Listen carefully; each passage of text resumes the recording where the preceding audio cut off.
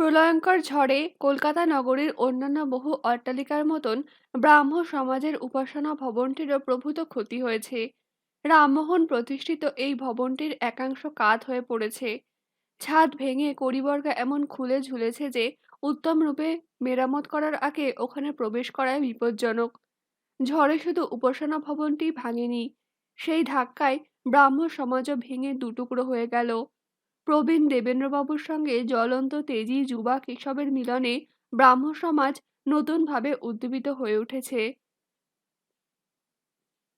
ঘুষকরা গ্রামের এক আম্রকুঞ্জে তাঁবুর মধ্যে রাত্রিবাসকালে দেবেন্দ্রবাবুর মনে যে বিদ্যুৎ চমকে উঠেছিল তা সত্য বলে প্রমাণিত হয়েছে। কেশব এই ধর্ম আন্দোলনটিকে স্থানীয় গণ্ডি থেকে মুক্তি দিয়ে সর্বভারতে ছড়িয়ে দেওয়ার উদ্যম নিয়েছেন। সুদূর বোম্বাই শহরে গিয়ে পর্যন্ত তিনি প্রচার করে এসেছেন এই নতুন ধর্মমত। এখন সারা ভারতে ব্রাহ্ম সমাজের শাখার সংখ্যা 50। দীক্ষিত ব্রাহ্মের সংখ্যা 2000-এর কিছু বেশি। যারা দীক্ষা নেয়নি এমনও অনেকে এই মুক্ত চিন্তা ও কালোপযোগী ধর্ম সংস্কারের প্রতি আকৃষ্ট। পারিবারিক বাধা অগ্রাহ্য করে নিজের স্ত্রীকে সঙ্গে নিয়ে প্রকাশ্যে মাঘ উৎসবে যোগ দিয়েছেন কেশব। এই উপলক্ষে চিরকালের মতন গৃহত্যাগ করতেও তিনি দ্বিধা করেননি। তখন দেবেন্দ্রবাবুর সন্নিবদ্ধ অনুরোধে সস্ত্রীক তিনি আশ্রয় নিয়েছিলেন জোড়াসাঁকোর ঠাকুরবাড়িতে। সকলের এমন আন্তরিক আপন করা ব্যবহার যে এ যে পরের বাড়িতে বাস তা একদিনের জন্যও বোঝা যায়নি। কেশবের স্ত্রী জগমোহনের কী বা বয়স, এর আগে কখনো সে থাকেনি কোনো অনাত্মীয়ের গৃহে, কিন্তু দেবেন্দ্রবাবুর কন্যা ও পুত্রবধূরা তাকে একেবারে নিজের মধ্যে মিশিয়ে নিয়েছিলেন। সকলে মিলে অন্দরমহলে কত আনন্দ ফুর্তি। জগমোহনের তবু মন কেমন করে তার এক্কেবারে ছোট ভাইটির জন্য। সে দুঃখ তিনি ভুলে যান দেবেন্দ্রবাবুর কনিষ্ঠ পুত্র রবিকে দেখে। রবির মুখে সদ্য আধো আধো বোল ফুটেছে। জগমোহনী প্রায়ই তাকে কোলে নিয়ে ঘুরে বেড়ায়। রবির বড় ভাই সোম আর দেবেন্দ্রবাবুর এক নাতি সত্য তার পায়ে পায়ে ঘোরে। এই শিশুরা তাকে মাচি বলে ডাকে। কিছুদিন ঠাকুরবাড়িতে থাকার পর কেশবের শরীরে একটি ভীষণ ফোড়া হলো, কার্বঙ্কল জাতীয়। দেবেন্দ্রবাবু খ্যাতনামা চিকিৎসকদের ডাকিয়ে চিকিৎসার কোনো ত্রুটি রাখলেন না। তবু বেশ কিছুকাল শয্যাশায়ী রইলেন কেশব। তখন কেশবের আত্মীয় স্বজন অনুতপ্ত হয়ে কাকুতে মিনতি করে আবার কেশব ও জগমোহনীকে ফিরিয়ে নিয়ে গেল কলুটোলার বাড়িতে। সেরে ওঠার পর কেশব আবার বিপুল বিক্রমে লাগলেন ব্রাহ্ম সমাজের কাজে। প্রথম যৌবনে বিষয় কার্যের প্রতি দেবেন্দ্রবাবুর মনে একটা খুব বিরাগের ভাব ছিল। তার মনে হতো নিত্য 30 দিন অর্থ সম্পদের চিন্তা মানুষের নৈতিক উন্নতি ও ধর্ম সাধনার অন্তরায়। বিশেষত তার পিতা অত্যন্ত বৈষয়িক, বিলাস আড়ম্বরপ্রিয় এবং ভোগী দ্বারকানাথকে দেখেই দেবেন্দ্রবাবু তার বিপরীতমুখী হয়েছিলেন। প্রায় সবকিছু ছেড়ে দিয়ে সুদূর নির্জন শৈল শিখরে সুমহান প্রকৃতির সান্নিধ্যে গিয়ে তিনি বেশি সান্ত্বনা পেতেন। কিন্তু এখন তিনি মধ্যবয়স্ক এবং একটি সুবৃহৎ পরিবারের অধিপতি। সাংসারিক ব্যয় বিপুল তো বটেই, তাছাড়া ব্রাহ্ম আন্দোলন পরিচালনার জন্য তাকে যথেষ্ট অর্থ ব্যয় করতে হয়। তত্ত্ববোধিনী পত্রিকা এবং ইন্ডিয়ান মিরর নামে ইংরেজি পাক্ষিকও চলে তার আর্থানুকূল্যে। সুতরাং দেবেন্দ্রবাবু এই সময়ে মন দিয়েছেন জমিদারি দেখাশোনার কাজে। পিতার ঋণ পরিশোধ হয়ে গেছে, জমিদারের আয়ও বৃদ্ধি পেয়েছে যথেষ্ট। এক সময় যিনি প্রায় দেউলিয়া হয়ে বসেছিলেন সেই দেবেন্দ্রবাবু এখন আবার দেশের ধনী সমাজের শিরোমণি। এখন তিনি মনে করেন পুরোপুরি সংসার ধর্ম পালন করেও ধর্মানুশীল এবং আত্মশুদ্ধির প্রয়াস অব্যাহত রাখা যায়। তার পরিমণ্ডলের সকল মানুষের প্রতি তার ব্যবহার সহৃদয় ও উদার, মুক্ত হস্তে তিনি দানশীল। কিন্তু তিনি গোষ্ঠীপতি, সকলকে মেনে চলতে হবে তার বিধান, তার মুখের কথাই আদেশ। যে কোনো বিষয়ে তার মতই চরম, মত পার্থক্যের কোনো স্থান নেই। আসলে তো তার ধমনীতে প্রবাহিত হচ্ছে পৈতৃক রক্ত। কেশবকে খুবই পছন্দ করেন দেবেন্দ্রনাথ, কিন্তু একটা ব্যাপারে তার খটকা লাগে। কেশব এত বাইবেল আর যীশুখ্রিস্টের জয়গান করে কেন? এর মধ্যে যেন খ্রিস্টানি গন্ধ আছে। সাহেব জাতি এবং খ্রিস্টানি ভাবকে ঘোর অপছন্দ করেন দেবেন্দ্রনাথ। ইংরেজ রাজপুরুষদের সংস্পর্শ তিনি পারতপক্ষে যেতে চান না। ইসলাম ধর্মের প্রতি তার বিরাগ নেই। তিনি ফার্সি ভাষা শিক্ষা করেছেন। সুফি তত্ত্বের প্রতি তার ঝোঁক আছে। তবে তার ব্রাহ্ম ধর্মকে তিনি হিন্দু ধর্মেরই পরিশালিত অঙ্গ মনে করেন। পৌত্তলিকতা যেমন হিন্দু সমাজে ছেয়ে ফেলেছে, সেই রকম একেশ্বরবাদও তো হিন্দু দর্শনের প্রধান কথা। সুতরাং একেশ্বরবাদী ব্রাহ্মরা হিন্দু ধর্মেরই সংস্কারক। সেই জন্যে পুরুষাক্রমে প্রচলিত হিন্দু সমাজের পারিবারিক আচার ব্যবহারগুলি পরিত্যাগ করার প্রয়োজন নেই। তিনি বিপ্লব পছন্দ করেন না। তিনি ধীরে ধীরে সবকিছু পরিবর্তনের পক্ষপাতী। কিন্তু তরুণ কেশবের হৃদয় আরো অনেক বেশি উচ্চাকাঙ্ক্ষী। দেবেন্দ্রবাবুর ব্রাহ্ম ধর্ম শুধু বাঙালি উচ্চবর্ণের হিন্দুদের ধর্ম, কিন্তু কেশব মনে করেছেন তিনি সারা ভারতবর্ষ, এমনকি সারা পৃথিবীর জন্য এক নতুন ধর্মমতের প্রচারক। শুধু বাইবেল নয়, কোরআন আস্তাবেও তিনি পাঠ করেন নিয়মিত। তার মতে পৃথিবীর প্রধান ধর্মগুলিতে যেসব পৃথক বিধান আছে তা আংশিক সত্য, কোনোটাই পূর্ণ সত্য নয়। অতএব এইসব ধর্মের আংশিক সত্যগুলি মেলাতে পারলেই হবে পৃথিবীর সব মানুষের উপযোগী এক আদর্শ ধর্ম, এবং ব্রাহ্মণরা গ্রহণ করবে সেই দায়িত্ব। কিন্তু দেবেন্দ্রবাবু আর কেশবের মধ্যে বিভেদটা শুধু তাত্ত্বিক নয়, ভেতরে ভেতরে বিচ্ছেদ ধূমায়িত হতে শুরু করেছে কিছুদিন ধরেই। তরুণ বয়সী ব্রাহ্মরা সকলে কেশবের চেলা। তারা নিত্য নতুন এক একটা ব্যাপার নিয়ে মেতে আছে। কেশব যেন ম্যাসিডোনিয়ার সেই তরুণ রাজকুমার, মুষ্টিমেয় একটি দল নিয়ে যে দুনিয়া জয়ের স্বপ্ন দেখেছিল। কিন্তু যেহেতু বহু শতাব্দী যাবৎ পরাধীন, যুদ্ধ বিমুখ হিন্দুর সন্তান এই কেশব, তাই তরোয়াল নয়, জিহ্বাই তার অস্ত্র। পৈতেধারী আচার্যদের ব্রাহ্ম সমাজ থেকে একেবারে বিদায় করে দেওয়ার জন্য কেশবেরা তৎপর। ব্রাহ্ম ধর্মে জাতিভেদ নেই, শুধু দ্বিজের ওই চিহ্ন থাকবে কেন?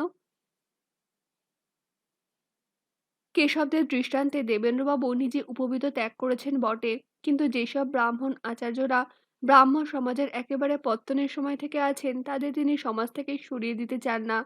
লোকাচারের জন্য কিংবা পারিবারিক গণ্ডগোল থেকে এড়াবার জন্য যদি তারা পৈতটা রাখতে চান তো রাখুন না। কেশবেরা উদ্যোগ নিয়ে ব্রাহ্মণ আর শূদ্রদের মধ্যে বিবাহ ঘটাচ্ছেন। এইটাই দেবেন্দ্রবাবুর মোটেই পছন্দ নয়। এমনকি বিধবা বিবাহ ব্যাপারটাও তিনি মনের খুব গভীরে সায় দিতে পারেন না। কেশবের উৎসাহদাতা বিজয় কৃষ্ণ গোস্বামী নামে আরেক তরুণ। মেডিকেল কলেজের এই প্রাক্তন ছাত্রটি বাগাছড়া নামে এক গ্রামে গিয়ে দারুণ বিক্রমের সঙ্গে প্রচারে কাজ করেছেন। বিজয় কৃষ্ণের মতামত যেন কেশবের চেয়ে উগ্র। পৈতেধারী আচার্যদের ব্রাহ্মণ সমাজের উপাসনার বেদি থেকে না সরালে যেন তার কিছুতেই স্বস্তি নেই। শেষ পর্যন্ত দেবেন্দ্রবাবু রাজি হলেন ওদের কথায়। তারপর এলো সেই ঝড়, ব্রাহ্ম সমাজের নিজস্ব গৃহের ভগ্নদশা। কিন্তু সেই জন্য তো প্রতি বুধবারের উপাসনা বন্ধ রাখা যায় না। তত্ত্ববোধিনীতে বিজ্ঞাপন দেওয়া হলো যে যতদিন না গৃহের সংস্কার হচ্ছে, ততদিন সমাজের উপাসনা হবে জোড়াসাঁকোর দেবেন্দ্রনাথের বাড়িতে। নির্দিষ্ট সময়ে কেশবের দলবল সেখানে এসে উপস্থিত হয়ে দেখলেন উপাসনা এর মধ্যে শুরু হয়ে গেছে। আর আচার্যের বেদিতে বসে আছেন অযোধ্যানাথ পাকরাশি। আর যায় কোথায়? এই পাকরাশি মশাই যে শুধু পৈতেধারী তাই নয়, একবার রটেছিল যে তিনি উপবীত ত্যাগ করেছেন। পরে আবার তিনি জানালেন যে না, তিনি পৈতে ছাড়তে রাজি নন। সেই লোক আচার্য, অথচ কথা ছিল আজ বিজয় কৃষ্ণ এবং কমলাকান্ত আচার্য হবেন। উপাসনার মাঝখানেই ছোকরারা উত্তেজিতভাবে গোলযোগ শুরু করে দিল। দেবেন্দ্রবাবু এভাবে কথার খেলাপ করলেন কেন?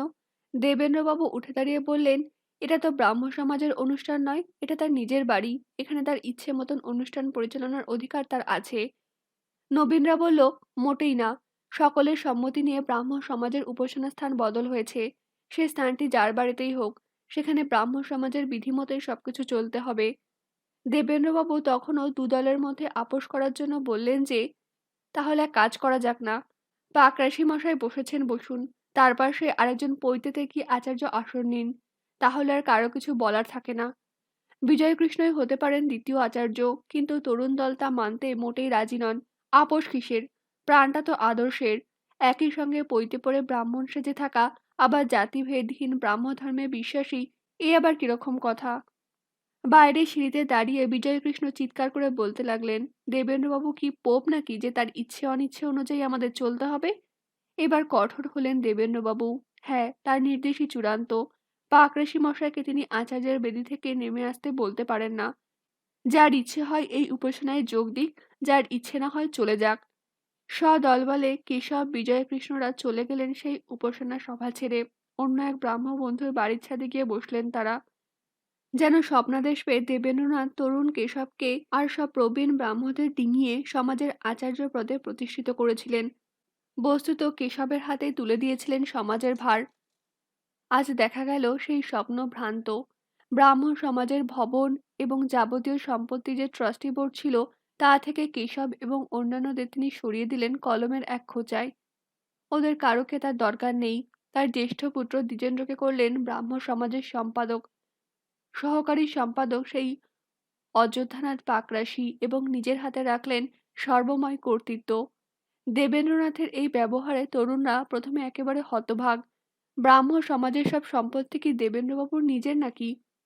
তিনি বেশি টাকা পয়সা দিয়েছেন বটে, কিন্তু এখন তো তা একটি ধর্ম প্রতিষ্ঠানের অধীনে এবং ব্রাহ্ম সমাজের কনস্টিটিউশনও আছে। সেসব অগ্রাহ্য করে দেবেন্দ্রবাবু নিজস্ব হুকুম জারি করলেন। এই যে স্বৈরাচার! রামমোহন রায়ের এই মত ছিল না যে ব্রাহ্ম সমাজ ভবনে সব ধর্মের লোকেরাই উপাসনার অধিকার থাকবে। ব্রাহ্ম সমাজ ভঙ্গ হয়ে যদি দুটি টুকরোই হয়, তাহলে ট্রাস্টের বিষয়েও ভাগ হওয়া উচিত, এমন মনে করলেন কেশব এবং তার সমর্থকেরা। কিন্তু সেসব কিছুই হলো না। ইন্ডিয়ান মিরর পত্রিকার সম্পাদনা করেছিলেন কেশব। সে পত্রিকাও রাতারাতি অন্য সম্পাদক নিযুক্ত করা হলো। এতটা কেশব কিছুতেই মানতে রাজি নন।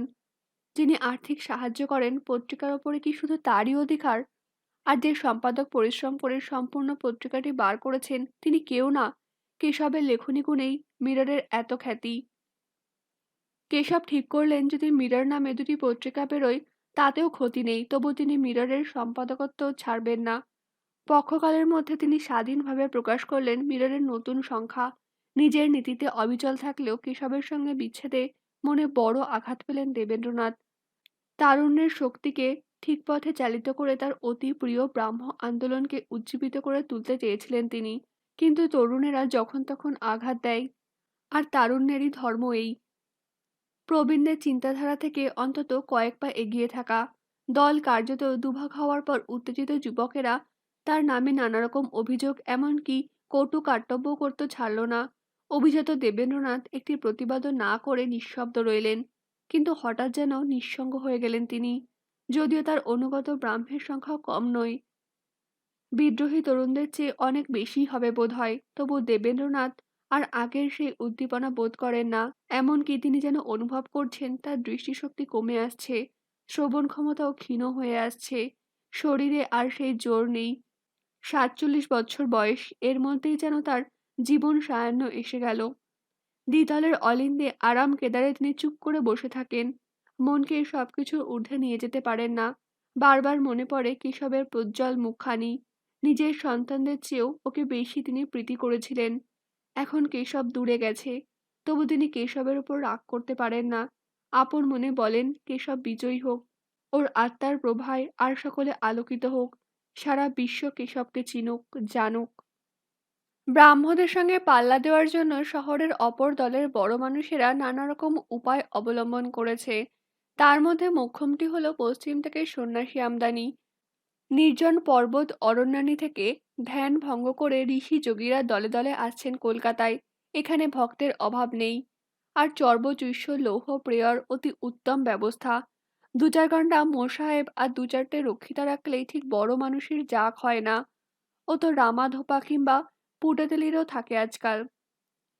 বিশেষত পূর্ববঙ্গের জমিদারেরা এসে এমন ঢলাঢলি করে যে ও জিনিসের আর ইজ্জত রইল না।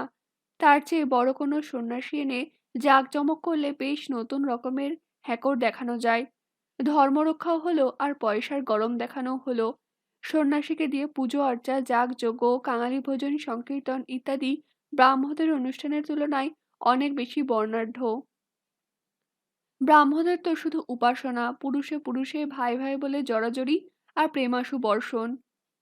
বঙ্কুবিহারী বাবুর ইদানিং বেশ কাঁচা পয়সা হয়েছে। ইনি আগে ছিলেন এক আর্টেনির বাড়ির হেড কেরানি। যেহেতু উকিল মোক্তার আর্টেনির বাড়ির ভূষো কালি রঙের বিড়ালটা কিংবা দাড়িওয়ালা রামছাগলটা পর্যন্ত আইনের প্যাঁচঘোঁচ শিখে যায়, সেই সুবাদে বঙ্কুবিহারী বাবুও ক্রমে মস্ত আইনবিদ হলেন এবং পাড়াগাঁয়ে বড় লোকদের উচিত মতন শলা পরামর্শ দিয়ে নিজে ফুলে ফেঁপে তারকেশ্বরের কুমড়োপানা রূপ ধারণ করলেন। মধ্যবয়সে এসে তার হঠাৎ উপলব্ধি হলো পয়সা তো যথেষ্ট রোজগার করলুম, এবার একটু নাম কেনা যাক। ধরা বাঁধা পথে কিছুদিন রার ভার মদে প্রচুর পয়সা উড়িয়েও একসময় তার একঘেয়ে লাগলো। সেরকম যেন ঠিক নাম হয় না। বস্তুত ছেলেবেলা থেকেই তার একটি আড়ালের নাম আছে। তিনি সেটা জানেনও, কিন্তু সেটা ঘোচাতে পারছেন না কিছুতেই। বাল্যকালে তিনি দৈবাৎ একবার পাতকুয়োর মধ্যে পড়ে গিয়েছিলেন। তাতে তার নাকের একটি দিক থেঁতলে যায়। সেই থেকে তার নাম হয়ে যায় নাককাটা বঙ্কু। তারপর বড় হয়ে তিনি যে এত কীর্তি করলেন, তবু লোকে তাকে আড়ালে আবডালে ওই নাককাটা বঙ্কু বলেই ডাকে। কিছুদিনের জন্য সিমলায় বেড়াতে গিয়ে বঙ্কু বিহারীবাবু এক সন্ন্যাসী ধরে আনলেন। সে এক জবরদস্ত সন্ন্যাসী বটে। দেখলে মনে হয় বয়সের গাছপাথর নেই, চলমান পাহাড়ের মতন দেহ, আর পা থেকে মাথা পর্যন্ত এত চুল যে কোনো মানুষের থাকতে পারে তা না দেখলে বিশ্বাস করা যায় না। ইনি কথা বলেন না। খোরাকি অবশ্য একটি প্রমাণ আকরের হস্তির সমতুল্য। ১০ জন চেলার সমেত এই সন্ন্যাসী কাশারিপাড়ায় বঙ্কুবিহারীবাবুর বাড়িতে অধিষ্ঠিত হলেন। দিনে দিনে সেই সন্ন্যাসীর সুনাম এমনই ছড়িয়ে পড়ল যে কাশারিপাড়ার সকাল থেকে মধ্যরাত্রি পর্যন্ত ভিড়ে ভিড়াক্কার। এ অঞ্চলের বিখ্যাত সংযাত্রার সময়ও বুঝি এত মানুষের জমায়েত হয় না। সন্ন্যাসী এক এক দিন এক এক রকম কীর্তি দেখিয়ে সকলকে তাক লাগিয়ে দেয়। ক্রমে এমন কথাও রটে গেল যে এই সন্ন্যাসী লোহাকে সোনা বানাতে পারেন এবং উপযুক্ত তিথির জন্য অপেক্ষা করছেন। সন্ন্যাসীর শিষ্যদের এই দাবি এক কথায় নস্যাৎ করা যায় না, কারণ মদ্যকে দুগ্ধে পরিণত করেছেন তিনি সর্বসমক্ষেই। এক কোপে বলি দেওয়া হলো একটি পাঁঠাকে। তারপর সন্ন্যাসী তার শরীরে কয়েকবার হাত বুলিয়ে দিতেই সেই পাঁঠা অমনি জীবন্ত হয়ে লাফাতে লাফাতে ব্যয় ব্যয় করতে লাগলো। সন্ন্যাসীর খ্যাতি মানে তো বঙ্কু বিহারীবাবুরও সুনাম। তিনি ভাড়াটে লোক লাগিয়ে ঢাক ঢোল পিটিয়ে সন্ন্যাসীর কীর্তির কথা প্রচার করতে লাগলেন সারা শহরময়। ব্রাহ্মদের উপর বঙ্কু বিহারীবাবুর বড় রাগ। কেন রাগ তা তিনি নিজেই সঠিক জানেন না। তবু রাগ, এবং সেই জন্য খ্যাতনামা ব্রাহ্মদের বাড়ির সামনেও তিনি ঢাক-ঢোলদের পাঠালেন বেশি করে। শহরের বিশিষ্ট ব্যক্তিদের তিনি চিঠি দিয়ে আহ্বান করলেন স্বচক্ষে প্রত্যক্ষ করে যাওয়ার জন্য যে এখানে সনাতন বৈদিক ধর্মের এক মহিমা, মন্ত্রশক্তির কত জোর। অবিশ্বাসীরা হেড মুন্ডে ফিরে যাক। সত্যি যেন সন্ন্যাসীর চমকপ্রদ অলৌকিক শক্তি দেখে অনেকের থোতা মুখ ভোঁতা হয়ে যাচ্ছে। কৌতূহলী নবীন কুমার একদিন এলো কাশারিপাড়ায়। প্রথমে এসে ভেবেছিল বুঝি ভিড় ঠেলেই ঢুকতেই পারবে না। দুলাল একটু ধাক্কাধাক্কি শুরু করেছিল বটে, কিন্তু সামনে যেন পরপর অনেকগুলি স্তরের মানুষ্য প্রাচীর। কিন্তু একটু পরে অন্যরূপ ব্যাপার হলো। কিছু লোক তাকে চিনতে পেরে বলে উঠল, ওরে নবীন কুমার সিংহ এজেন্ট, পথ ছেড়ে দে, পথ ছেড়ে দে। আবার অন্য কয়েকজন লোক বলল, কই নবীন সিংহি কই, দেখি দেখি। ভিড় দুফাক হয়ে গিয়ে উদগ্রীবভাবে তাকিয়ে রইল তার দিকে। সন্ন্যাসীর তুলনায় নবীন কুমারও কম দর্শনীয় নয়। নবীন কুমার যে একজন বিখ্যাত ব্যক্তি তার সবসময় তার নিজের মনে থাকে না। তার মনের মধ্যে একটি বিস্ময় ও রগর সন্ধানী বালক আছে। যে মন নিয়ে সে হুতম পেঁচার নকশা লেখে, সেই মন নিয়ে সে এখানে এসেছে। কিন্তু লোকচক্ষে সে প্রখ্যাত দাতা, মহাভারতের অনুবাদক, হিন্দু পেট্রিয়টের মালিক ইত্যাদি, এবং বিপুল ধনী তো বটেই। এ ব্যাপারে সজাগ হতেই সে মুখে কৃত্রিম গাম্ভীর্য ফুটিয়ে তুলে ধীর পদক্ষেপে ভেতরে চলে এলো। নাককাটা বঙ্কু ওরফে বঙ্কু বিহারীর সাজসজ্জা দেখবার মতো। পরনে বেঁচে থাকুক বিদ্যাসাগর চিরজীবী হয়ে, পাড়ের শান্তিপুরী ধুতি, লাল গজের পিরান, তার উপরে ডুরে উড়ানি, মস্তকে জড়িয়ে কাবলি তাজ এবং হাতে একটি লাল রঙের রুমাল, যাতে রিং সমেত গুটি কতক চাবি বাঁধা। তিনি খুব খাতির করে প্রথম দফায় নবীন কুমারের সঙ্গে হ্যান্ডশেক করলেন কয়েকবার। তারপর একখিলি পান দিয়ে নিয়ে এলেন ঠাকুর দালানে। একদিকে চেলা পরিবৃত হয়ে বসে আছেন সন্ন্যাসী। মাঝখানে ছোঁয়াছুঁয়ি বাঁচাবার জন্য কিছুটা স্থান বাদ রেখে তারপর পাতা হয়েছে বিশিষ্ট দর্শকদের জন্য গালিচা। সেখানে একপাশে বসল নবীন কুমার, আশেপাশে অনেক চেনা মুখ। এইসব সম্ভ্রান্ত দর্শকেরাও প্রত্যেকে ইচ্ছে করলে দুটি প্রশ্ন করতে পারবেন সন্ন্যাসীকে। সরাসরি কথা বলবার অবশ্য উপায় নেই।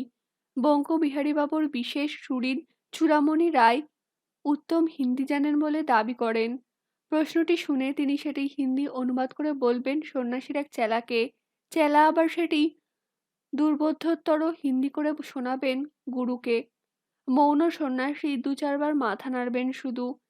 সেই মস্তক সঞ্চালনের ভাষা আবার হিন্দিতে অনুবাদিত হয়ে প্রশ্নকারীর কাছে উত্তর হয়ে ফিরে আসবে। বঙ্কুবিহারী নবীন কুমারকে বললেন, সিংহমোয়াই, আপনি ভাবুন তাহলে, দুখানা কোয়েশ্চেন ভাবুন। নবীন কুমারের পাশেই বসে আছেন সিমলের জগমোহন সরকার। দাঁত সব পড়ে গেছে, ফোকলা মুখ, মাথায় ইন্দ্রলুপ্ত, গোঁফজোড়া পাকা। সেই আগের মানুষটিকে আর চেনাই যায় না। ইদানিং তিনি খুব বৈষ্ণব হয়েছেন, যে কোনো নারীকে মা বলে সম্বোধন করেন, এমনকি কখনো কখনো নিজের পত্নীকেও মা বলে ফেলেন। সেই জগমোহন সরকার হেঁকে বললেন, আহা, যোগীবর যেন সাক্ষাৎ বেদব্যাস। বাবা আমার মনের দুটি সংশয় দূর করুন। কোন সাধনায় জীবাত্মা মিশে যায় পরমাত্মার সহিত, যাতে আর পরজন্ম থাকে না? আর পুরুষ প্রকৃতির মিলনের মধ্যে দিয়ে কি পরমেশ্বর এই জগতে লীলা করেন? চূড়ামণির মারফত ঘুরে সেই প্রশ্ন গিয়ে পৌঁছল সন্ন্যাসীর কাছে। সন্ন্যাসী আঙুল তুলে বাতাসের গায়ে কি সব অদৃশ্য লিপি লিখতে লাগলেন। এক শিষ্য সেদিকে চেয়ে রইলেন একদৃষ্টে। তারপর সে উত্তরটি জানালো। এমনই দুর্বোধ্য ও জটিল উত্তর যে অনেকেরই তা বোধগম্য হলো না। না বুঝলেই আরো ভক্তি বাড়ে। সাধারণ মানুষ তো নন যে সাধারণ ভাষায় কথা বলবেন। এই রকম চলতে লাগলো আরো প্রশ্নোত্তর। এর মধ্যে দু একটি প্রশ্নের উত্তর শুনে হাস্যরোল ওঠে। যেমন সীতাবতী রায় জিজ্ঞাসা করলেন, প্রভু, আপনি বলে দিন আমার আয়ু কতদিন? এর উত্তরে এই সন্ন্যাসী জানালেন, তুমি তো ইতিমধ্যেই মরে গেছো, জানো না গীতায় শ্রীকৃষ্ণ অর্জুনকে কি বলেছিলেন? ভিড়ের মধ্যে একটি থামের পাশে দাঁড়িয়ে আছে চন্দ্রনাথ তার সাগরেদকে নিয়ে। কদিন ধরে নিয়মিত আসছে সে। তীক্ষ্ণ নজর দিয়ে সন্ন্যাসীর ক্রিয়াকলাপ দেখে এ পর্যন্ত সে একটিও কথা বলেনি। সাগরেদটি ছটফট করলেও সে তার কাজ জোর করে ধরে রাখে। নবীন কুমার কোনো প্রশ্ন করল না, তবে দেখে শুনে তার তাক লেগে যাচ্ছে ঠিকই। তার মনে পড়ল কৈশোর বয়সে কলেজ জীবনে সে ভূ কৈলাসের রাজবাড়িতে এক মহাপুরুষ দর্শন করতে গিয়েছিলেন, যিনি সত্যযুগের মানুষ, গায়ে উইয়ের ঢিবি। কিছুদিন পরে ধরা পড়ে গিয়েছিল তার বুজরুকি। কিন্তু এ সন্ন্যাসীকে তো সেরূপ মনে হয় না। এমন ক্ষমতা তিনি প্রদর্শন করছেন যা ব্যাখ্যার অতীত। একজনকেও ঈশ্বরের আশীর্বাদ ভিক্ষা করতেই তিনি শুধু খালি হাতে তুললেন তার দিকে, অমনি সেই লোকটির গায়ের ওপর একটি গাঁদা ফুল এসে পড়ল। একটি বিড়াল হঠাৎ ঢুকে পড়েছিল এর মধ্যে। তারপর এত লোক দেখে ভ্যাবাচেকা খেয়ে এদিক ওদিক ছুটে গিয়ে সোজা গিয়ে ঝাঁপিয়ে পড়ল সন্ন্যাসীর কোলে। সকলে হাহা করে উঠল, কিন্তু সন্ন্যাসী সকলকে শান্ত হওয়ার ইঙ্গিত করে বিড়ালটির গায়ে কয়েকবার হাতের স্পর্শ দিতেই সেটি একটি পারাবত হয়ে উড়ে গেল ডানা ঝটফটিয়ে। সকলে একেবারে তাজ্জব। এই জিনিস কেউ কখনো দেখেনি। জগমোহন সরকার নবীন কুমারের গায়ে কনুইয়ের খোঁচা দিয়ে ফিসফিসিয়ে বললেন, ভায়া, আমার তো কোটা ফুইরে গেছে, তবু আরো কিছু জিজ্ঞেস করতে স্বাদ হচ্ছে। আপনি দুটো কোশ্চেন আস্ক করুন না। কিন্তু কি প্রশ্ন করবে তা নবীন কুমারের মনে আসছে না। তার কোনো ধর্ম সংশয় নেই। জীবাত্মা পরমাত্মার মতন ব্যাপারগুলি সম্পর্কেও সে কোনো মাথা ব্যথা বোধ করে না। সে শুধু দেখতে এসেছে। জগমোহন সরকার বললেন, আপনি সুদন যে ঈশ্বর যে সর্বত্র উপস্থিত, তার কোনো প্রত্যক্ষ প্রমাণ পাওয়া সম্ভব?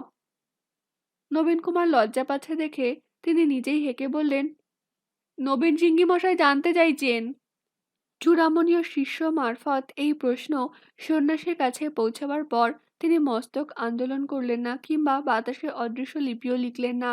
সামনের একটি ঘটের দিকে স্থির নেত্রে চেয়ে রইলেন। দু তিনজন শিষ্য তখন একযোগে জানালো যে সকলকে সম্পূর্ণ নীরব হয়ে ওই ঘটের দিকে চেয়ে থাকতে হবে। কেউ যেন কোনো শব্দ না করে। ঘরটি সন্ন্যাসীর থেকে দু তিন হাত দূরে। তার উপরে অনেকগুলি জবা ফুল। পাশে একটি পেতলের পরাতের উপর শালগ্রাম শিলা। সন্ন্যাসী নিথর হয়ে চেয়ে আছেন ঘরটির দিকে। হঠাৎ সেই ঘটের চূড়া থেকে একটি জবা ফুল লাফিয়ে উঠে এসে পড়ল শালগ্রাম শিলার মাথায়। একসঙ্গে সকলের কণ্ঠ থেকে দারুণ বিস্ময়ের গুঞ্জন বেরিয়ে এলো। নবীন কুমার যেন নিজের চক্ষুকেই বিশ্বাস করতে পারছেন না। সত্যি যেন একটা কর সত্যি যেন একটি করকটের ব্যাঙের মতন ফুলটি জীবন্ত হয়ে লম্ফ দিয়ে উঠল। এও কি সম্ভব? তার পরের কাণ্ডটি আরো যেন অলৌকিক। বঙ্কবিহারীবাবু এই সময় একটি মদের বোতল এনে উপস্থিত করলেন। যারা আগে দু একদিন এসেছে তারা জানে এবার মদ্যকে দুগ্ধে পরিণত করবে সন্ন্যাসী। জিনিসটা যে সত্যিই মদ, তার মধ্যে কোনো কারচুপি নেই, সেটা প্রমাণ করার জন্য একটি নতুন মাটির সরায় বোতলের সবটুকু মদ ঢেলে দেওয়া হলো। ঘর আমোদিত হয়ে গেল পরিচিত সুরার গন্ধে। কিছু কিছু দর্শকের মন আনচান করে উঠল। তারপর একজন শিষ্য জিজ্ঞাসা করল, গুরুজি, এ कटोरे में क्या है? গুরুজি কিছু না বলে এক কুশি জল ঢেলে দিলেন সেই সরায়। অমনি সেই তরল পদার্থ দুগ্ধ ধবল হয়ে গেল। আবার সকলের সেই বিস্ময় ধ্বনি। নবীন কুমার ভাবল, এই ভেলকির সঙ্গে ঈশ্বরের উপস্থিতির প্রত্যক্ষ প্রমাণের কি সম্পর্ক আছে তা বোঝা গেল না বটে, কিন্তু মদ্য যে দুগ্ধে পরিণত হয়েছে তাতে কোনো সন্দেহ নেই। এই ক্রিয়াকাণ্ডটির ঠিক আগে চন্দ্রনাথ চঞ্চল হয়ে উঠেছিল। সেও কয়েকদিন ধরে এই ব্যাপারটি দেখেছে। সকলে দুধ দুধ বলে চেঁচিয়ে উঠতেই সে এবার তার সাগরাতকে ঠেলে দিয়ে বললে, যা। বাটকুল সাগরেদটি ছুটে গেল দুধের সরাটির দিকে। দুজন শিষ্য হাহা করে উঠে তাকে ধরে ফেলতেই সে নাকি আদুরে গলায় বলল, আমি দুধ খাবো, আমি ওই দুধ খাবো। বঙ্কবিহারী বললেন, আরে মোলো, এ চোরা আবার কোথা থেকে এলো? যা যা, দূর হ আপদ। সুলতান আবার আবদার ধরল ওই দুধ খাওয়ার জন্য। তখন জনতার মধ্য থেকে দু একজন বলল, মশাই, মদ যখন দুধ হয়েই গেছে তখন ও চোরাকে একটু চেকে দেখতে দিন না। শিষ্যরা প্রবলভাবে আপত্তি জানাতে লাগলো তাতে। চন্দ্রনাথ কয়েক পা এগিয়ে এসে বলল, না মশায়েরা, ওই বাচ্চা ছেলেকে ও জিনিস পান করানো ঠিক হবে না। রং বদলালে ওটা মদই রয়েছে, যে কেউ জিভ ছুঁয়ে দেখতে পারেন। পেছন থেকে একজন গর্জে উঠল, ঠিক বলেছেন মশাই, মদ কখনো দুধ হয় না, আমরা খবর নিয়ে জেনেছি। আমেরিকান রাম, মার্কিন আনিস নামের মদে জল দেবা মাত্র দুধের মতন সাদা হয়ে যায়, ওতে বাহাদুরির কিছু নেই। এই বক্তা একজন মেডিকেল কলেজের তরুণ ছাত্র। ভিড় ঠেলে সেও এগিয়ে এলো সামনে। চন্দ্রনাথ মদের সরাটি তুলে ধরে বলল, যে কেউ খেয়ে দেখুন, ওটা যে ওই আমেরিকান মদ ছাড়া আর কিছুই নয়। আমি আরেকটা কথা বলছি, ওই সন্ন্যাসীর আলখাল্লার ভেতর থেকে আমি যদি একটা মরা বিড়াল বার করতে না পারি, তাহলে আপনারা আমাকে 50 ঘাত জুতো মারবেন। গুপি শেখরার বাড়িতে জ্যান্ত ভূতের যা অবস্থা হয়েছিল, এবার সন্ন্যাসী আর তার চেলাদেরও সেই রকম হলো। বহু লোক ঝাঁপিয়ে পড়ে একেবারে তছনছ করে দিল তাদের। সত্যিই সন্ন্যাসীর কম্বলের তলা থেকে বেরোলো মরা বিড়ালটি। কি অসীম শক্তি ওই লোকটির! বিড়ালটিকে অতি দ্রুত এমনভাবে গলা মুচড়ে মেরেছে যে সে টু শব্দটি করতে পারেনি। দুর্গন্ধযুক্ত একটা কাটা ছাগলও পাওয়া গেল। আর চন্দ্রনাথের বাটকুল সাগরেরটি শূন্যে ঝোলাতে ঝোলাতে নিয়ে এলো সেই লম্ফমান জবা ফুলটি। সেটার বোটায় একটা ঘোড়ার লেজের বালমচি বাঁধা। ওই বালমচির অন্যদিকে যুক্ত ছিল সন্ন্যাসীর পায়ের অঙ্গুলি। জনতার হুড়োহুড়ি এড়িয়ে নবীন কুমার দাঁড়িয়েছিল দ্বারের এক পাশে। সাগরেদ সমেত চন্দ্রনাথকে বেরোতে দেখে সে বলল, মশাই, একটু দাঁড়াবেন কি? মশাইয়ের নাম জানতে পারি কি? বক্র চোখে নবীন কুমারের দিকে চেয়ে চন্দ্রনাথ বলল, আমার নাম সম্পর্কে আপনার কৌতূহলের কারণ জানতে পারি কি আগে? নবীন কুমার সহাস্যে বলল, আপনাকে আমার বেশ পছন্দ হয়েছে। আমি এই ধাতের মানুষ বড় ভালোবাসি। আপনি আমার সঙ্গে চলুন। নবীন কুমার তার প্রতিপূর্ণ দক্ষিণ হস্ত বাড়িয়ে দিল চন্দ্রনাথের দিকে। শীতের প্রারম্ভে বৃক্ষ থেকে খসে পড়া পাতার মতন অনবরত চিঠি আসছে মধুসূদনের কাছ থেকে। বিদ্যাসাগরকেই এখন একমাত্র অবলম্বন করেছেন মধুসূদন। প্রবাসে গ্রহ বৈগুণ্যে বিষম দারিদ্র্য ও অসহায় অবস্থার মধ্যে পড়ে তিনি বুঝেছেন, ওই জেদি ব্রাহ্মণটি শুধু বিদ্যার সাগর নন, করুণারও সাগর বটে। আর যাদের তিনি বন্ধু বলে মনে করেছিলেন তারা সবাই বিমুখ করেছেন। একমাত্র বিদ্যাসাগরের কাছ থেকেই সাহায্য এসেছে বিনা শর্তে। রাজা দিগম্বর মিত্র মধুসূদনের বাল্য সুহৃদ। দেশের বিষয় সম্পত্তির ব্যাপারে মধুসূদন তার উপরেই নির্ভর করেছিলেন সবচেয়ে বেশি। সেই দিগম্বর মিত্রই তার সর্বনাশের পথ সুগম করেছেন। অর্থ প্রেরণ করা তো দূরের কথা, একটা চিঠিরও উত্তর দেন না। অথচ এই রাজা দিগম্বর মিত্রকেই তিনি মেঘনাদবধ কাব্য উৎসর্গ করেছেন। স্ত্রী পুত্র কন্যাকে দেশে রেখে একাই লন্ডনে পাড়ি দিয়েছিলেন মধুসূদন। হেনরিয়েটার সংসারের ভরণপোষণের জন্য যে অর্থ বরাদ্দ করে দিয়ে গিয়েছিলেন সম্পত্তির পত্তনীদারদের কাছে, তারা সে অর্থ নিয়মিত দেয় না। তাই নিরুপায় হয়ে হেনরিয়েটা পুত্র কন্যাকে নিয়ে চলে গেলেন লন্ডনে। বিপদ তাতে বৃদ্ধি পেল শতগুণ। মধুসূদনের ব্যারিস্টারি পড়ার ব্যয় ছাড়াও এত বড় একটি সংসার চালানো একেবারে অসম্ভব হয়ে পড়ল। নিতান্ত খাদ্য চিন্তা ছাড়া আর কোনো চিন্তার অবকাশ রইল না। ইংল্যান্ডের তুলনায় ফরাসি দেশে জীবন ধারণ ব্যয় কিঞ্চিৎ কম বলে মধুসূদন সদলবলে চলে গেলেন প্যারিসে। কিন্তু যখন হাতে একটিও মুদ্রা থাকে না, তখন কোন দ্রব্যের মূল্য কত সে বিচারে লাভ কি? অবস্থা পৌঁছলো একেবারে চরমে। শিশু পুত্র কন্যা অনাহারের কষ্টে রোদন করে। পিতা হয়ে মধুসূদনকে তা দর্শন করতে হয়। রাজনারায়ণ দত্তের পুত্র, মুখে সোনার চামচ নিয়ে যার জন্ম, যিনি যৌবনে কৈশোরে খোলামকুচির মতো দুহাতে মুদ্রা ছড়িয়েছেন, আজ তার নিজের সন্তান সন্তানের এই দশা। যদিও দেশে তার যথেষ্ট সম্পত্তি আছে, সুন্দরবনের এক আবাদ থেকেই বার্ষিক আয় 10 সহস্র মুদ্রা। শুধু স্বদেশবাসীর বিশ্বাসঘাতকতায় বিদেশে তিনি মরণাপন্ন। দত্ত কারো ভৃত্য নয়, এই দম্ভোক্তি যার মুখে সর্বদা শোনা যেত, আজ সেই তাকেই সামান্য ভিখারির মতন চ্যারিটেবল সোসাইটিতে গিয়ে তাকে হাত পাততে হয়। নিজস্ব জিনিসপত্র বিক্রয় ও বন্ধকি দিতে দিতে আর কিছুই বাকি নেই। নবীন কুমার সিংহ প্রদত্ত রৌপ্য পাত্রটি মধুসূদনের অতি প্রিয়। সেটি শেষ পর্যন্ত রেখে দিয়েছিলেন। স্বদেশে তার কাব্য রচনার স্বীকৃতিতে একমাত্র সংবর্ধনার সভায় তিনি এটা পেয়েছিলেন। তবু একদিন সেটিকেও নিয়ে যেতে হলো বন্ধকি দোকানে। এর বিনিময়ে যে অর্থ পাওয়া গেল, তাতে পুত্র কন্যাদের কয়েকদিনের দুগ্ধের খরচ সংকুলন হবে। অন্য সকলের কাছ থেকে হতাশ হয়ে তারপরেই মধুসূদন সাহায্যের আবেদন করেছিল বিদ্যাসাগরের কাছে। এমন যে অপ্রত্যাশিত ফল হবে তিনি তা আশা করেননি। কোনো রকম জামিন ছাড়াই টাকা পাঠালেন বিদ্যাসাগর। কলকাতায় এত সব মহা মহা ধনী ব্যক্তি, তাদের তুলনায় বিদ্যাসাগর কি আর?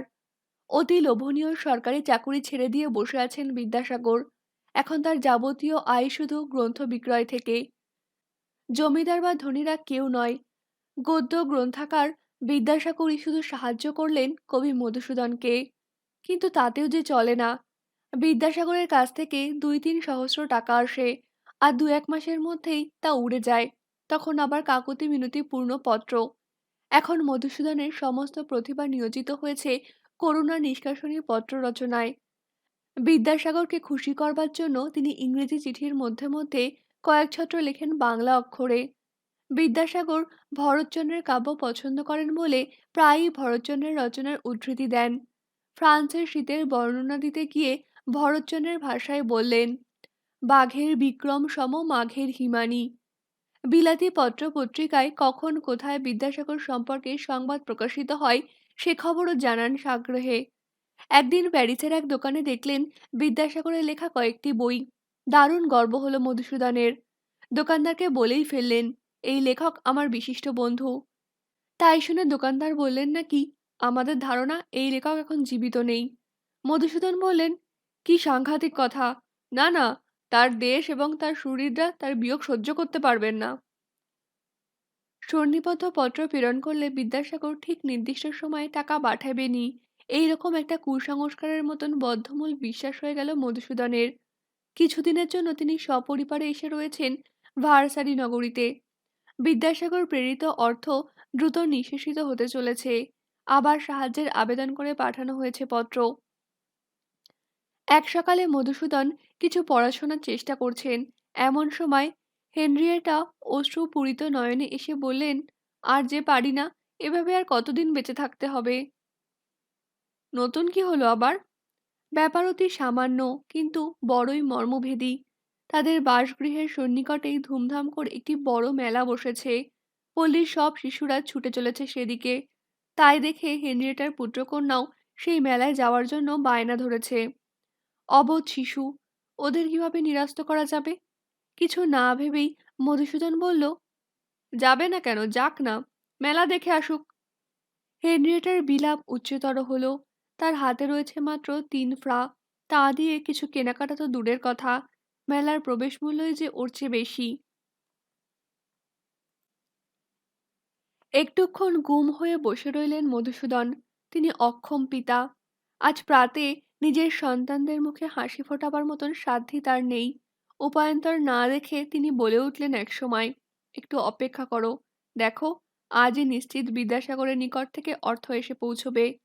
তিনি কি যে সে মানুষ, তার প্রতিভা ও প্রজ্ঞা প্রাচীন ঋষিদের মতো, তার কর্মোদ্যম ইংরেজদের মতন, আর তার হৃদয়কানি বাঙালি মায়ের মতন। তিনি ঠিকই বুঝবেন।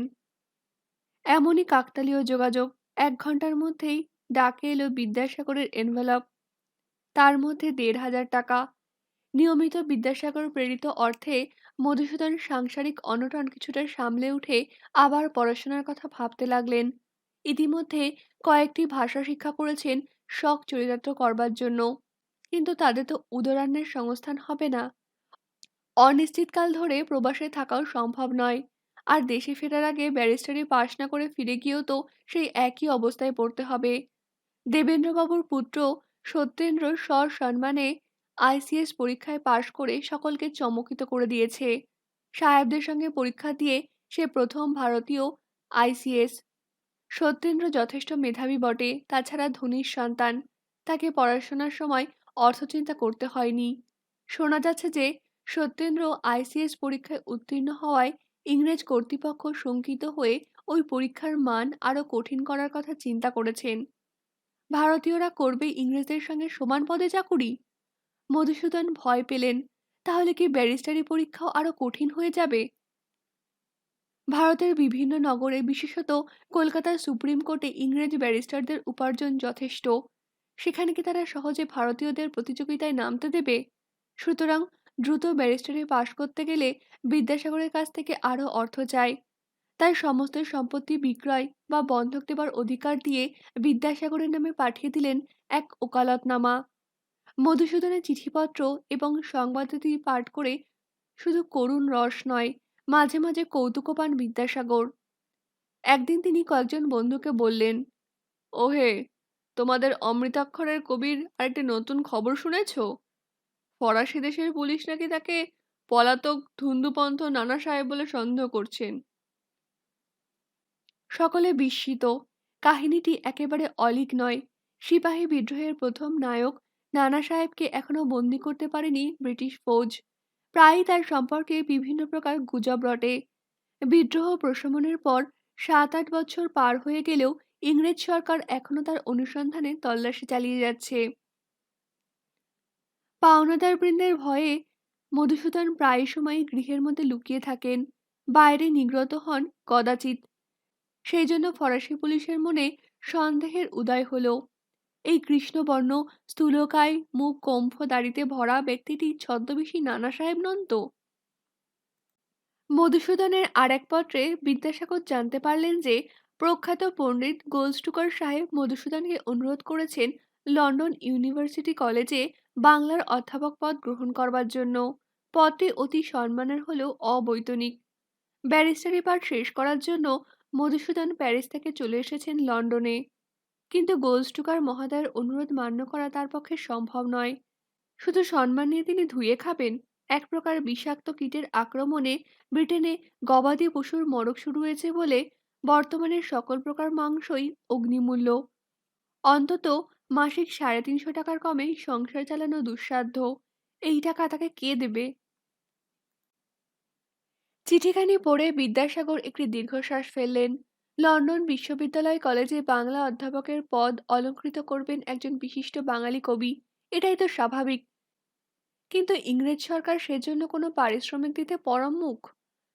আর এদেশ থেকেই বা কে সাহায্য করবেন? তিনি এতকাল একার চেষ্টায় চালিয়ে যেতে পারবেন? সে চেষ্টাও অবাস্তব। ভিতরে ভিতরে বিদ্যাসাগর যে ক্লান্ত হয়ে পড়েছেন তা অনেকে বোঝে না। দাতা হিসেবে একবার নাম রটে গেলে তার বিড়ম্বনাও কম নয়। এখন আর কারোকে বিমুখ করার উপায় নেই। ১০ জনকে দান করার পর একজনকে ফিরিয়ে দিলে সেটাই লোকে বড় করে দেখবে।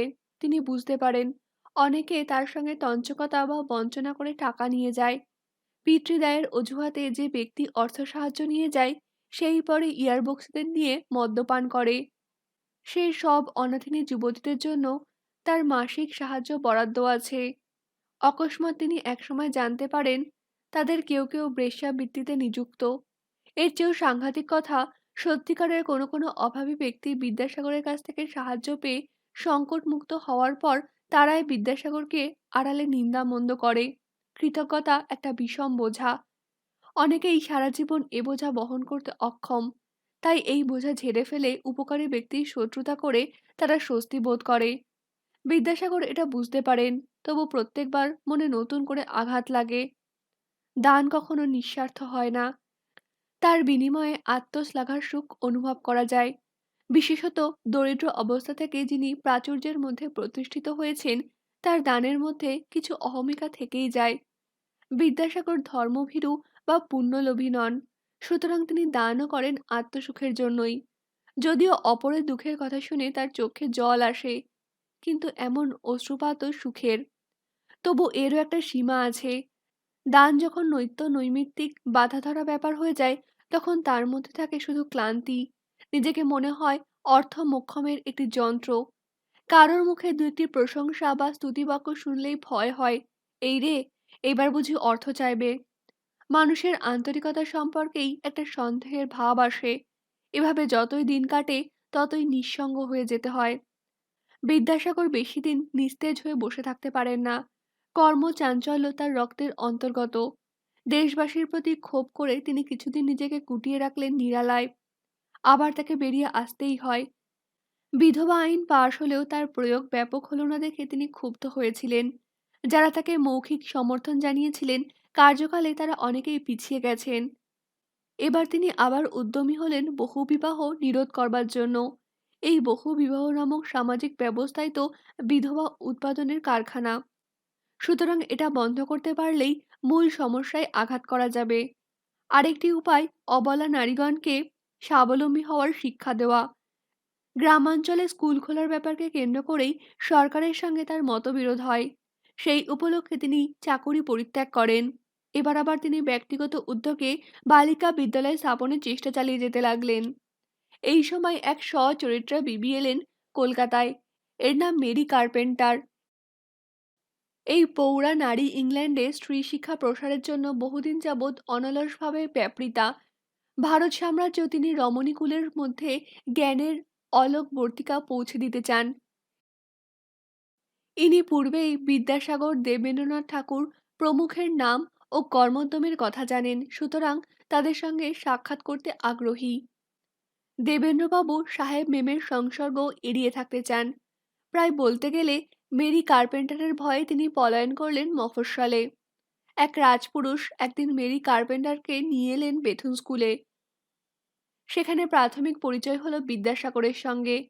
তরুণ ব্রাহ্মেরা মহোৎসাহে সভা সমিতি করতে লাগলো মেরি কার্পেন্টারকে নিয়ে।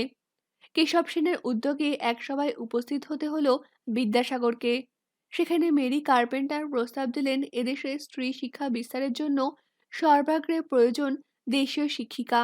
শুধু মেম শিক্ষিকা দিয়ে এ কাজ হবে না, সুতরাং শিক্ষিকা তৈরির ব্যবস্থা করতে হবে। এই জন্য ঝটাপট তৈরি হয়ে গেল একটি কমিটি। তাতে বিদ্যাসাগরের নামও স্বভাবতই অন্তর্ভুক্ত হলো। কিন্তু পরে বিদ্যাসাগর ভাবলেন, তার এসবের মধ্যে না থাকাই ভালো। ইংরেজদের উদ্যোগে এদেশে শিক্ষা বিস্তার হবে, এটা আর মানতে ইচ্ছে করে না। এই দেশীয়দের যে কোনো উদ্যম কোনো না কোনো ইংরেজ নারী পুরুষকে কেন্দ্র করেই হতে হবে কেন? শুধু নিজেদের চেষ্টায় কিছু করা যায় না?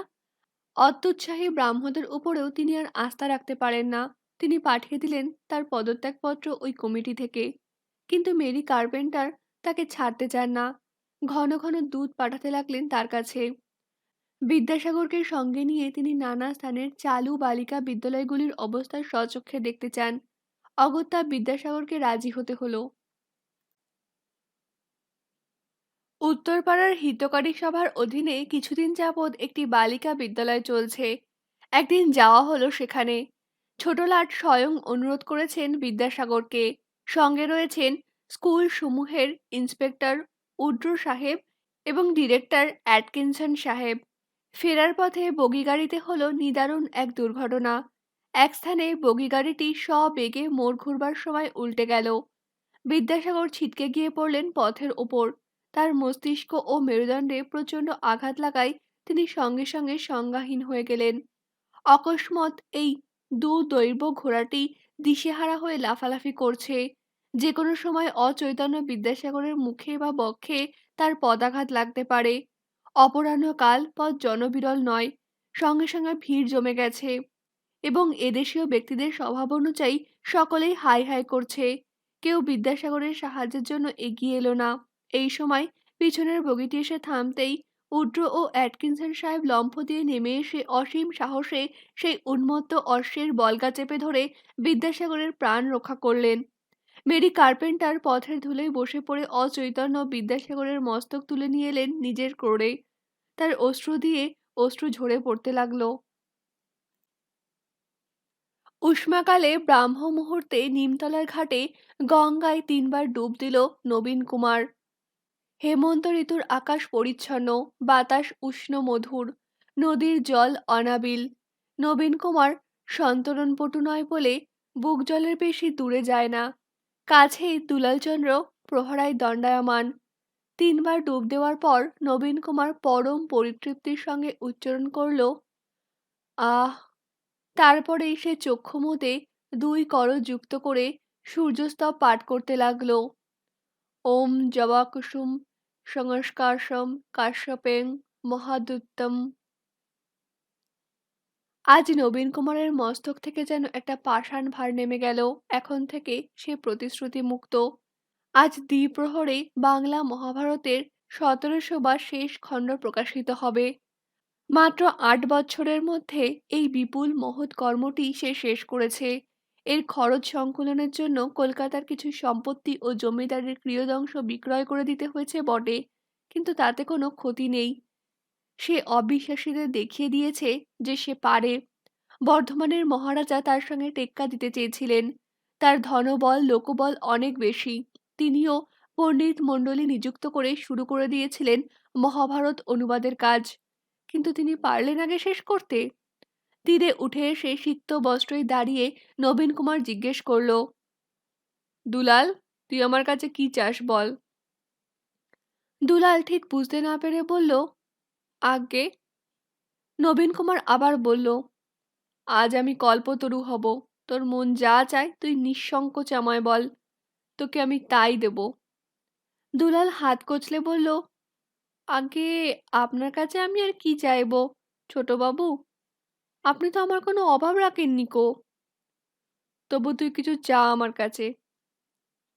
আপনার স্নেহ ভালোবাসা যা পেয়েছি তাই অধিক, আর কি চাইবো ছোটবাবু। দূর, বেল্লিক কোথাকার, তোর কোনো স্বাদ আহ্লাদ নেই। তোর বউ ছেলেদের জন্য যদি কিছু চাস, সবই তো আমাদের দিয়েছেন ছোটবাবু। বরানগরের বাড়িটা তোর ছেলেকে দিলুম। আগে না না না, বড়বাবু শুনলে। চুপ, আমার ওপর কথা। ও বাড়ি আজ থেকে তোর ছেলের। বাড়ি ফিরে লেখাপড়া করে দেবো। কি খুশি তো? আপনি ভিজে কাপড় ছেড়ে নিন। বললি না খুশি কিনা? বেওকুফ, হাস একবার, তোর দন্তপাটিটি দেখি। বাহ, এই তো। পোশাক পরিবর্তনের জন্য ব্যস্ত না হয়ে নবীন কুমার সেইভাবেই একটুক্ষণ চেয়ে রইল নদীর দিকে। এদিকটায় কলের জাহাজ আসে না। এত ভোরেও খেয়া নৌকায় যাত্রী পারাপার চলছে। জেলের ডিঙি থেকে কেউ একজন গাইছে, বাইতে বাইতে জীবন গেল, তবু জীবনের মুখ দেখলাম না। অস্ফুট স্বরে নবীন কুমার বলল, এই পৃথিবীটা বড় সুন্দর, তাই না রে দুলাল? আগে এই নদীর মতন কলস্রোত বয়ে চলেছে, তার মধ্যে আমরা সবাই এক একজন যাত্রী। আজ্ঞে, কোথা থেকে এসেছি কোথায় যাব কেউ জানে না, তবু যতটুকু দেখে যাওয়া যায়। বড় মধুর, বড় আশ্চর্য না রে? আজ্ঞে। শুধু সঙ্গের মতন ঘাড় নেড়ে নেড়ে আজ্ঞে আজ্ঞে করে যাচ্ছিস কেন? তোর কিছু নিজের কথা নেই? এ জীবনটা তোর ভালো লাগে না? আজ্ঞে হ্যাঁ, ভালো লাগে। মাছ ভাজা ভালো লাগে? আজ্ঞে। আর ঘোড়ার ডিম? তাও ভালো লাগে না? অপদার্থ কোথাকার। সবই একরকম ভালো লাগে, কোনো বোধই নেই। একটা কথা বলবো ছোটবাবু? এতক্ষণ কি শুনতে চাইছি, হ্যাঁ? অনেকদিন পর যে আজ আপনি খুব হাসি খুশি হয়েছেন, এইটিই আমার সবচেয়ে ভালো লাগছে। বটে, শ্মশানের ধার থেকে তুই এই কাঙালগুলোকে ডাক, ওদের সবাইকে 10টা করে টাকা দেব। দুলালচন্দ্র হাঁক দিতেই গন্ডায় গন্ডায় কাঙালি ছুটে এসে চিলুবুলু করতে লাগলো। জুড়ি গাড়ি থেকে টাকার থলি এনে নবীন কুমার দুলালের দিকে এগিয়ে দিয়ে এলো। দে, ওদের টাকা দিয়ে দে, একজনও যেন না ফেরে। দুলাল বলল, আপনি নিজের হাতে দিন ছোটবাবু, নিজের হাতে না দিলে দানের পুণ্যি হয় না।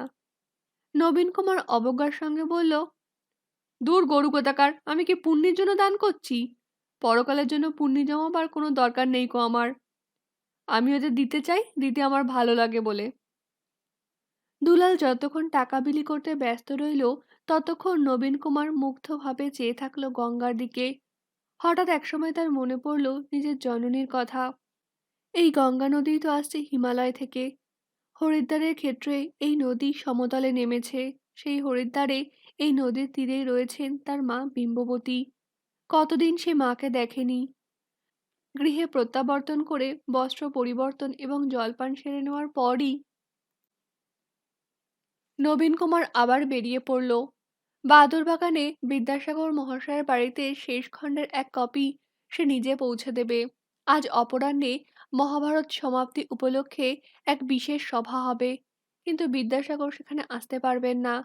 বগিগাড়ি উল্টাবার সেই দুর্ঘটনায় তিনি বিশেষভাবে আহত। তার মেরুদণ্ডে আঘাত লেগেছে।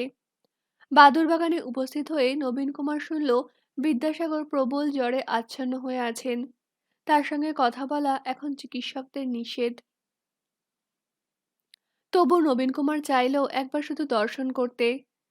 বিদ্যাসাগরের সুহৃদ রাজকৃষ্ণবাবু এবং ভ্রাতা শুম্ভচন্দ্র অন্য সব দর্শনার্থীদের নিরস্ত করেছেন, কিন্তু নবীন কুমার সিংহকে তারা না বলতে পারলেন না। সাদা চাদর পাতা সাধারণ একটি খাটে বিদ্যাসাগর নিদ্রিত রয়েছেন।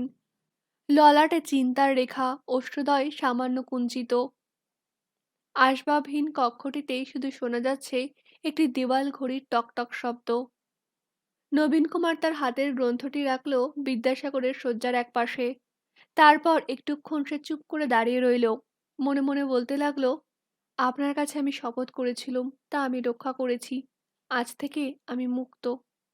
তারপর সে এক অভিমানের দীর্ঘশ্বাস ছেড়ে আবার বলল, আপনি আমার ওপর সুবিচার করেননি। আপনি আমার কার্যকলাপ দেখেছেন, কিন্তু আমার হৃদয় পরীক্ষা করেননি। বিদায় গুরুদেব। নবীন কুমারের সারাদিন কেটে গেল কর্মচাঞ্চল্যের মধ্যে। আকাশে উড্ডীয়মান লঘুপক্ষ বিহঙ্গমের মতো নিজেকে হালকা বোধ হচ্ছে। এত বড় একটা কাজ যে সে সত্যিই শেষ করতে পেরেছে, এই জন্য তিনি গর্ব নয়, বিস্ময় মিশ্রিত আনন্দ যেন ছড়িয়ে পড়েছে তার সর্বাঙ্গে। অপরাহ্নের সভায় অনেক মাননীয় ব্যক্তি তার ভূয়সী প্রশংসা করলেন এবং অনুরোধ জানালেন এরপর পূর্ণাঙ্গ রামায়ণ গদ্যানুবাদে হাত দেওয়ার জন্য। নবীন কুমার জানালো যে শুধু রামায়ণ নয়, হরিবংশ, মহাভাগবত গীতা এবং অন্যান্য আরও অনেক গ্রন্থ বাংলায় প্রকাশের বাসনা তার আছে। অনুবাদক পণ্ডিতদের শাল দোশালা, পিত্তলের কলসি এবং স্বর্ণ মুদ্রা উপহার দেওয়া হলো। সভা শেষ হলো সাতটার তোপধ্বনি শুনতে পাওয়ার পর। আমার এই অডিও বুকটি এতক্ষণ ধরে শোনার জন্য থ্যাংক ইউ সো মাচ। আমার এই অডিও বুকটি যদি তোমাদের ভালো লেগে থাকে, তাহলে প্লিজ একটা লাইক করে দিও। আর এইরকমই অনেক অডিও বুক শোনার জন্য আমার চ্যানেলটাকে সাবস্ক্রাইব করতে ভুলবে না। আর পাশের যে বেল আইকনটা আছে ওটাও প্রেস করে দিও, যাতে এর পরের অডিও বুকগুলোর নোটিফিকেশন তোমরা পাও। তাহলে আজ এই পর্যন্তই। পরের পার্টটা খুব তাড়াতাড়ি নিয়ে আসবো। আজকের মতন বিদায়।